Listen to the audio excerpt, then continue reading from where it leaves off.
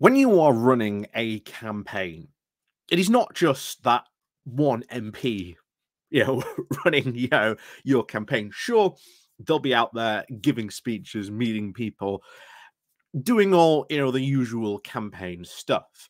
But if you look behind in the pictures, in the background, those are the people who are doing the vast majority of the heavy lifting. And those are the people who are going door knocking, they're doing phone banking, they're doing leaflet delivery, they're putting up signs, notice boards. They are doing so much behind the scenes. That is why these type of, you know, these type of campaigners massively important for any campaign, massively so. And one of the things that I brought up on Geoscope that we talked about on here is that the Republicans trying to get Donald Trump elected in November are going to run into massive problems. First of all, as we said before, some of their key states where they've got to win, they are bankrupt. And this means if they are bankrupt, they cannot afford to run ground campaigns. That means that they've got no grassroots there. And in America, again, this might seem a really strange and obvious thing to say, but some of these states that they are campaigning in are huge. So if you haven't got your grassroots campaigners going out there active in these key swing states that Donald Trump has to win if he wants to get reelected, they don't have it. Hence why I've said before, I am a lot more relieved, of course, going into November. It's still, of course, a bit worrying because, like I say, his chances of winning aren't zero, but they are sort of getting less. So it's a lot more, shall we say, better, a bit more relaxed, shall we say, about the American general election. However, I bring that up because now we are seeing that insiders in the Conservative campaign are coming out to say that their campaign is absolutely in complete disarray. This is having a big impact on the party. And yes, we've had all the gaffes and etc. going on. Don't worry, that will have an effect on like the general election and how it plays out. But the fact that the Conservative grassroots campaign is in such disarray, having such problems getting people out to, again, canvass, deliver leaflets, etc., that is going to have a very big impact on their campaign. A very big impact. Possibly even more so than what we have seen of, well, Rishi Sunak's comedy goodbye tour at this point. But before we get more into this, please do remember to click on the like, share, and subscribe button. And of course, down below, there's the Patreon page. There's the Buy Me Coffee link where you can, well, buy me coffee, the YouTube thank you button. And of course, as always, there is the Pony Club down below as well. So as always, thank you very much for watching. Do remember to click on the like and share button as well. And let's crack on into this because this, honestly, I think is going to have a massive impact, even more so than I think the gaffes going on with Rishi Sunak when it comes to getting, their base out to support. And one of the things that we've brought up before is that prior to this general election, to, should we say, ease the nerves of the Tory MPs, you had the special advisors telling Tory MPs that, oh, don't worry, because when it comes to a general election, all these don't knows will vote for us. They've got no indication that that's going to happen, by the way. But, whatever helps them sleep at night, I suppose. And there is an article in Conservative Home that I almost did, but I decided not to because it's, again, a lot of wishful thinking about how all these don't know voters are suddenly going to come to the aid and, aid the Conservative Party. Again, I don't see how, but there you go. Anyway, back on, of course, into this. So this comes from The Guardian with the title of Conservative Grassroots Campaign in Disarray, say insiders and opponents. So the Conservative on-the-ground election campaign is descending into disarray amid a chronic lack of volunteers and strategy and an increasing sense of panic in now formerly ultra-safe seats, insiders and opponents have told The Guardian. Honestly, there is going to be, I think, and I've said this before, after the general election, we are going to hear so many stories about what was going on in the behind the scene in the campaign at number 10, but we're also going to get stories what was going on the ground as well here. Because, oh boy, this is going to have a really negative effect on the campaign if it's in this disarray, which we're about to see. So, continues. So some of these areas have now struggled to muster people to knock on doors and deliver leaflets due to a combination of shrinking and aging membership, a calamitous fall in the number of Conservative councillors, and disillusionment with the election campaign. Like I say, if you're, again, the Conservatives' primary age demographic is aging old people, you know, if you're going to do if you're going to do a leaflet drop, you are going to give an area for you to go and do that drop in. Some of these patches that you are asked to do are quite big. Now, I'm all right. I'm quite fit. Took me about 2 hours to go do the sort of the patch I sort of got issued. I've still got more to do, but I'm doing it in sort of chunks as I sort of do it. But I'm getting through them slowly but surely. But I'm doing it. But it is a very big areas that I've got to cover. But if you are old, you aren't going to be able to deliver the amount of leaflets I'm able to deliver. So that's something that they are going to have a problem with. Conservative councillors, we talked about this before, that when the those Red Wall MPs got elected first time by the Conservatives, they were really anxious that they had Labour councils under them, because very often the agitation, the organisation for these campaigns can come from a lot of these local councillors. And they were always talking about, after that big 2019 election, how they were going to sweep away all these Labour councils, and they didn't, and they failed on that.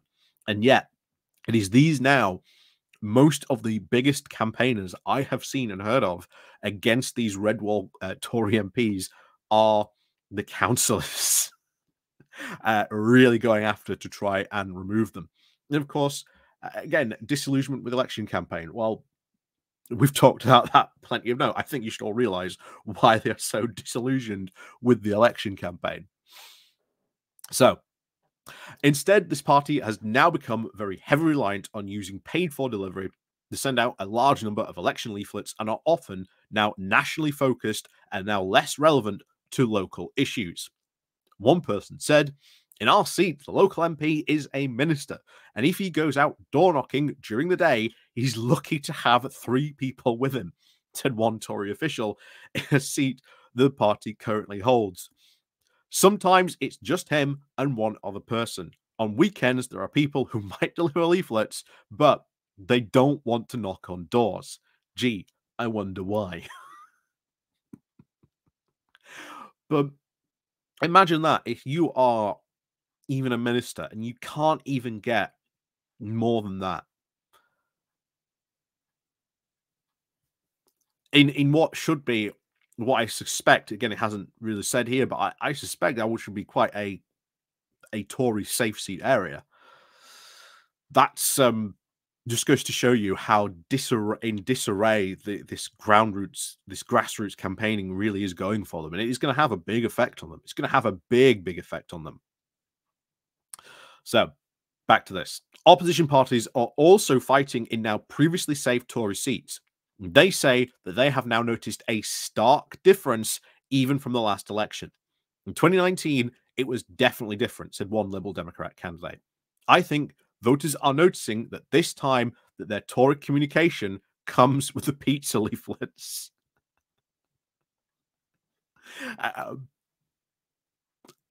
That says a lot, really, doesn't it? Some events have now also been very poorly attended.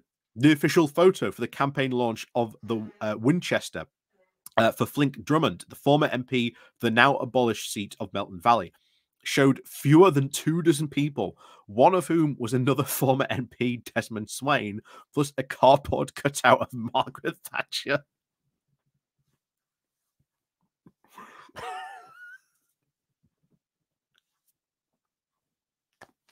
when you have to resort to cardboard people to get your point across.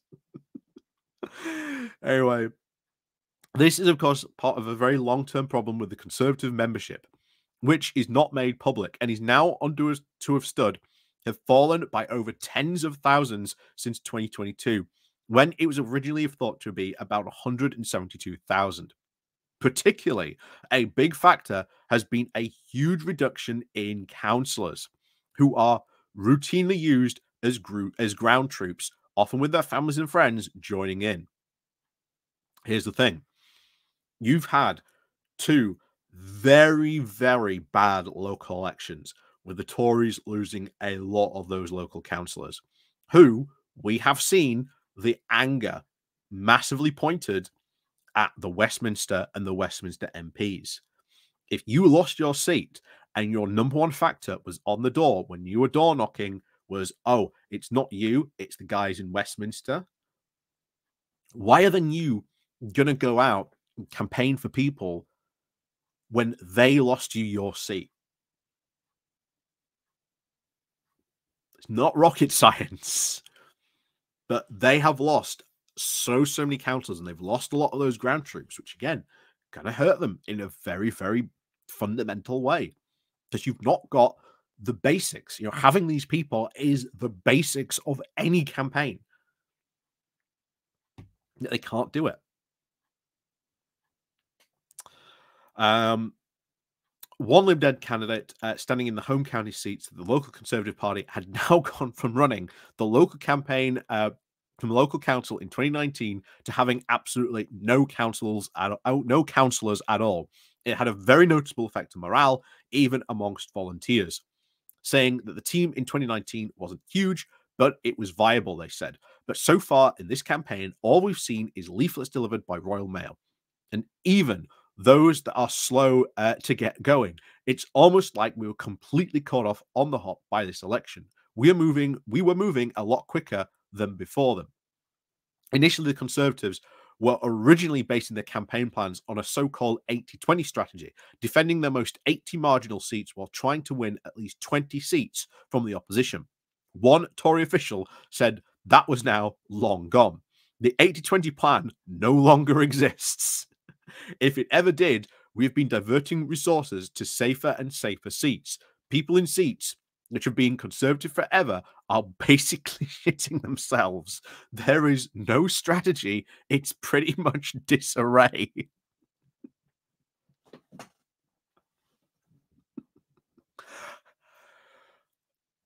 Honestly, if you are someone who's part of the Conservative campaign, or you know anyone in this Conservative campaign, please do comment down below, because I would love to hear what's going on the ground. I would love to hear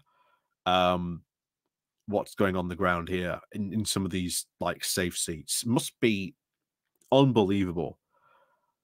But this is, like I say, this is just scratching the surface. I guarantee you there's a lot more deeper stuff going on here. I guarantee you there's a lot more deeper stuff going on here.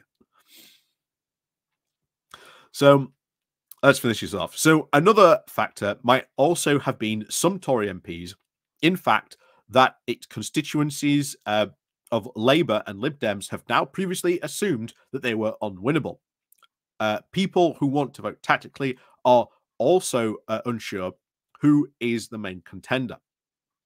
In some areas, the Conservatives are trying to sort of frame this to their advantage by putting on leaflets, for example, that saying Labour is their primary opponent when it is actually Lib Dems with a better chance of unseating them. Much of the Tory campaign, again, actually kind of sneaky, trying to undo tactical voting. Like you say, don't rely on that. Go to tactical voting websites. Again, stop the Tories, of course.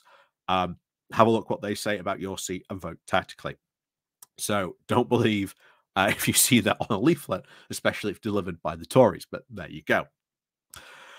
Much of the Tory campaigning, however, now feels a lot less than really focused, particularly in the traditional ultra-safe seats.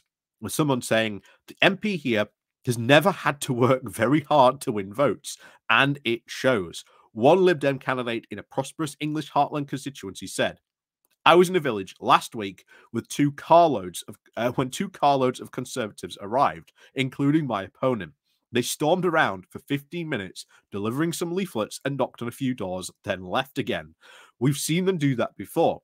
When we canvass, we do it for a few hours. We've had more proper conversations with people. It's like the seat has never been so safe for so long that they've completely forgotten how to campaign. Oh, wow.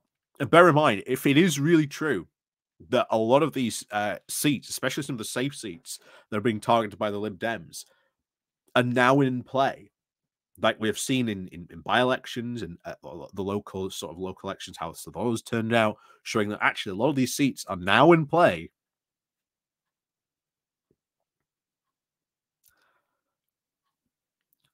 Them not having the ground game, the fact that you have these Conservatives who have just gone, well, I can, show up briefly and then, go home for the rest of the day. That's not going to cut it. That's not going to cut it anymore because, as they said there, they don't seem to really campaigning. If you are doing basically a 15-minute stop, that's not going to have a very big impact. And here's the thing. We know, for example, door knocking can have a very, very big impact on people's voting decisions. A very, very big impact. It's actually, to go back to the beginning, if the Conservatives are really after those don't know voters, then one of the best way to get those don't knows to consider voting for you or giving their vote to you is through door knocking, having that conversation with either the MP or someone who is, part of that campaigning for them. But they don't even seem to be able to even realize that. And if you combine these two disasters that's going on with the current main campaign that's going on with all this bad groundwork campaign that's going on as well, that is going to be a disaster. You are going to see a disaster, and you will see, I think, come general election nights, I think you will see some of these very safe Tory seats that have never changed hands since, I don't know, 19 whatever, or 18 something, since the seat was brought into existence, whatever. I think you're going to see a lot of these change hands. I really, really do. But like I say, we won't know, of course, until general election night. And I think it is going to be a night of Tory loss, but just, as you've always said, just how big the Tory loss is going to be going forward. So until then, we'll find out, I suppose. But as always, thank you very much for watching. And of course, as always, we'll see you all next time.